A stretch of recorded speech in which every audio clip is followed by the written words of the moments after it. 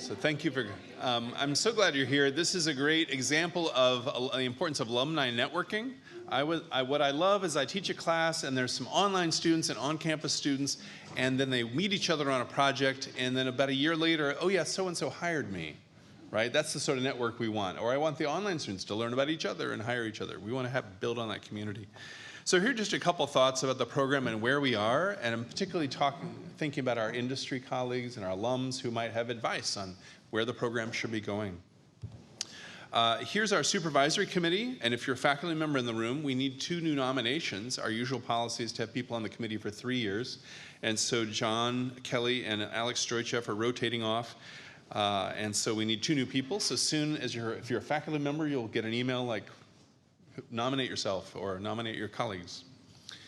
And also, we have Evren Baran here from Education, and she has won our Faculty Member of the Year award.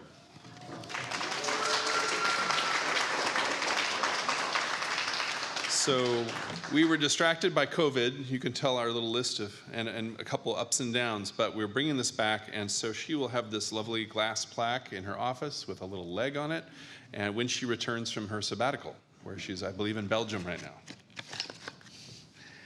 Okay, here's our makeup of the different kinds of courses in our enrollment. We have 4 people in the certificate program, which means you take our 4 core courses and you get a certificate. And ideally, you get your toe in the water and decide to continue to a master's. The MHCI is the online degree, and it's usually a course only. And then we have the master's and the PhD, which are typically on campus. And that's, it's about half online and half on campus.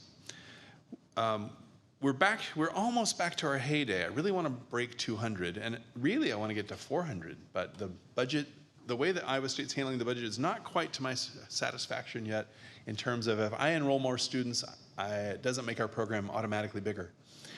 So we're working on that. But we do have one of the largest percentage of underrepresented students in the entire university, 2/3 female, some international faculty in 5 colleges. Anyone know the college we don't have people from? From Vet Med. Yeah, we used to have Vet Med students who are applying HCI principles to animals. We don't have a Vet Med student right now. We do have a lot of growth, though, in our double degrees with design. So people are getting an MFA and a PhD in HCI, MFA in graphic arts, MFA in different careers. So watch for that. We talked some on the panel about the jobs earlier. We've seen there's a big peak growth in the data analyst, that sort of thing, especially related to AI. But there's been a big drop in the UX, and so I just put this out there about how we can help. I'm open to input from industry. And I think about more specifically, how can industry be involved in the HCI program? At Carnegie Mellon, they have a capstone project in which industries typically adopt 4 students who are going to be, capstoning, and they'll pay about $50,000 or $60,000 for that. How do we reach more students? And back on the industry, I would love to have industry do things like, oh yeah, this will be the, the John Deere course in X. Like, what would that look like? As opposed to the John Deere Distinguished Faculty Member, there could be a course in something, right? Yeah, and the last thing that I think about in my to-do list for our HCI program is that while we're teaching people good skills in HCI, we don't typically promote as much HCI research. So while we have Kai, yeah, come on, you're not really late. I just had him sitting here. So while we have, a couple of us go to the Kai conference, but among the HCI faculty, we have a lot of interdisciplinary people who are excited to join our HCI faculty because they can get access to HCI applicants who have skills that they need across the university, but they're not typically doing HCI research. So I'd like to promote a little bit of that.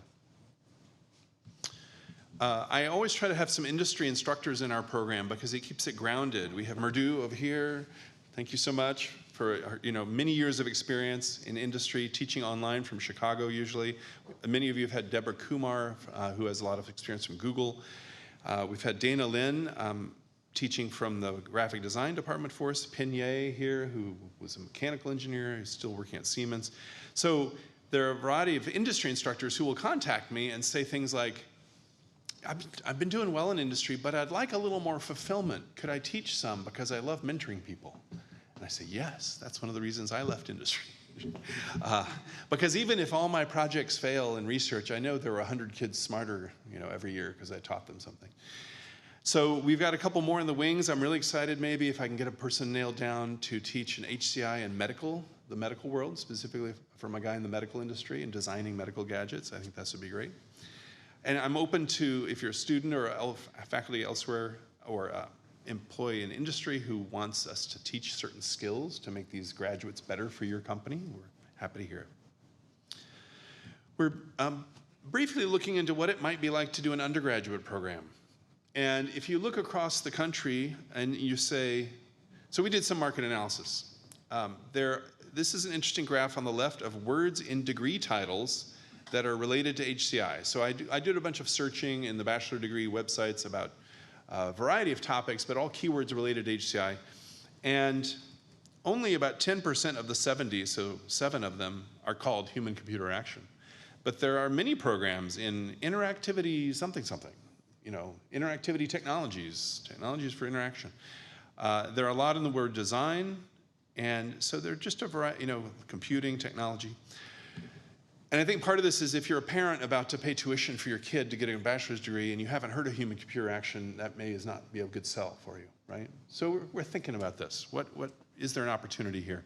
And then our program at HCI largely grew out of engineering. But if you look at Michigan, for example, it's out of their iSchool. If you look at other schools, it's out of psychology. So they're different schools, and we can think about who would you need to collaborate with, what sort of talents would you need. So there's a lot of room to grow and different directions to head in, eager for input, and that's where I will stop for now.